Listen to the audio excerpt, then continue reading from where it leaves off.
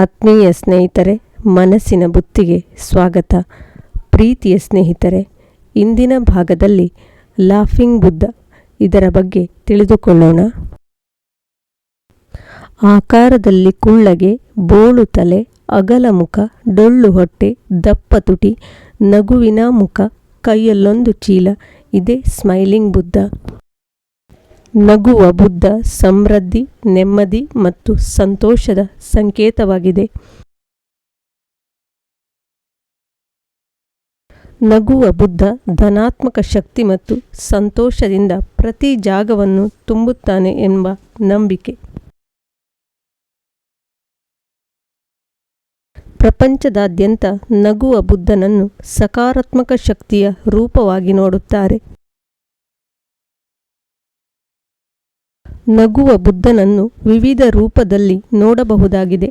ಅವನ ಕೈಯಲ್ಲಿ ಯಾವಾಗಲೂ ಆಹಾರ, ಮಿಠಾಯಿಗಳು ಮತ್ತು ಸಂಪತ್ತುಗಳಿಂದ ಕೂಡಿದ ಅಮೂಲ್ಯವಾದ ವಸ್ತುಗಳು ಚೀಲದಲ್ಲಿ ತುಂಬಿರುವುದು. ಲಾಫಿಂಗ್ ಬುದ್ಧ ಬೂಡೈ ಚೀನಾದ ಜನ್ ಸನ್ಯಾಸಿ. ಇವರು ಯಾವಾಗಲೂ ನಗು ಮುಖದಿಂದ ಕೂಡಿರುತ್ತಿದ್ದರು. ಅದಕ್ಕೆ ಅವರಿಗೆ ಲಾಫಿಂಗ್ ಬುದ್ಧ ಎಂದು ಕರೆದರು. ನಗುವ ಬುದ್ಧನನ್ನು ಸಂತೋಷದ ಅತ್ಯುನ್ನತ ಪ್ರತಿನಿಧಿ ಎಂದು ಕರೆಯುತ್ತಾರೆ.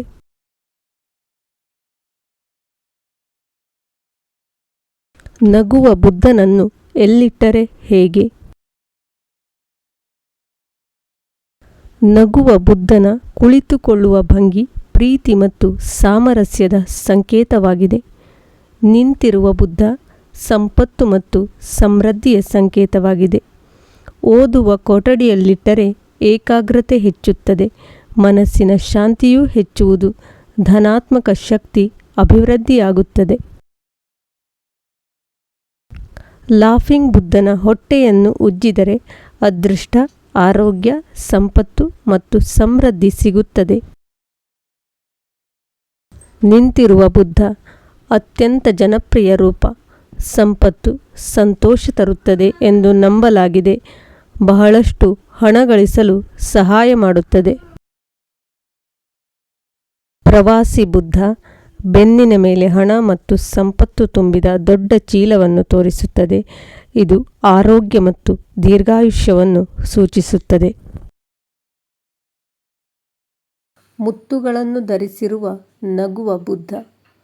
ಮುತ್ತುಗಳ ಸರವನ್ನು ಧರಿಸಿರುವ ಬುದ್ಧ ಸಂಪತ್ತಿನ ಏಳ್ಗೆಗೆ ಕಾರಣವಾಗಿದೆ.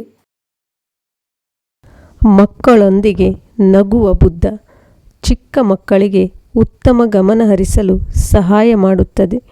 ಹಿರಿಯರಿಗೆ ಮತ್ತು ಪೋಷಕರಿಗೆ ಗೌರವವನ್ನು ಬೆಳೆಸುತ್ತದೆ.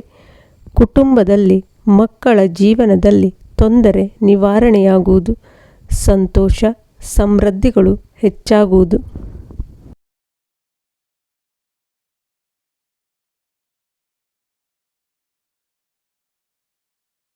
ಹಿಡಿದಿರುವ ಚಿನ್ನದ ಇಂಗು ಹಣ ಮತ್ತು ಸಮೃದ್ಧಿಯನ್ನು ಆಕರ್ಷಿಸುತ್ತದೆ. ಕೈಯಲ್ಲಿ ಚಿನ್ನದ ಗಟ್ಟಿಯೊಂದಿಗೆ ನಗುವ ಬುದ್ಧನು ಸಮೃದ್ಧಿಯ ಸಂಕೇತವಾಗಿದೆ. ಲಾಫಿಂಗ್ ಬುದ್ಧ ರೈಡಿಂಗ್ ಮನಿ ಫ್ರಾಗ್. ಚಿನ್ನ ಮತ್ತು ರತ್ನದ ಕಲ್ಲುಗಳಿಂದ ಅಲಂಕರಿಸಲ್ಪಟ್ಟ ಕಪ್ಪೆಯ ಮೇಲೆ ಸವಾರಿ ಮಾಡುವುದು ಸಂಪತ್ತು ಮತ್ತು ಸಮೃದ್ಧಿಯನ್ನು ಸಂಯೋಜಿಸುತ್ತದೆ ಮತ್ತು ಅದೃಷ್ಟವನ್ನು ತರುತ್ತದೆ. ಹಣದ ಚೀಲದೊಂದಿಗೆ ಲಾಫಿಂಗ್ ಬುದ್ಧ ಆರೋಗ್ಯ ಮತ್ತು ಸಂಪತ್ತನ್ನು ನೀಡುತ್ತದೆ.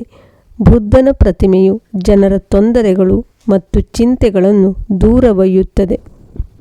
ಇದನ್ನು ಸಂತೋಷದ ಸಂಕೇತವೆಂದು ಪರಿಗಣಿಸಲಾಗುತ್ತದೆ. ಲಾಫಿಂಗ್ ಬುದ್ಧನನ್ನು ಮನೆಯಲ್ಲಿ ಇಡುವುದರಿಂದ ಸಂತೋಷ, ಸಮೃದ್ಧಿ ನೆಲೆಸುತ್ತದೆ. ಮಾನಸಿಕ ನೆಮ್ಮದಿ ಸಹ ಸಿಗುತ್ತದೆ. ಮನೆಯಲ್ಲಿರುವ ನಕಾರಾತ್ಮಕ ಶಕ್ತಿ ಕೊನೆಗೊಳ್ಳುವುದು. ಸದಸ್ಯರು ಸಂತೋಷ, ನೆಮ್ಮದಿಯಿಂದ ಜೀವನ ನಡೆಸಲು ಸಹಾಯವಾಗುವುದು. ಲಾಫಿಂಗ್ ಬುದ್ಧನನ್ನು ಇಡುವಾಗ ಸರಿಯಾದ ದಿಕ್ಕನ್ನು ನೋಡಿ ಇಡಿ. ಇದರಿಂದ ಮನೆಯಲ್ಲಿ ಸಂತೋಷ ಸದಾ ತುಂಬಿರುತ್ತದೆ.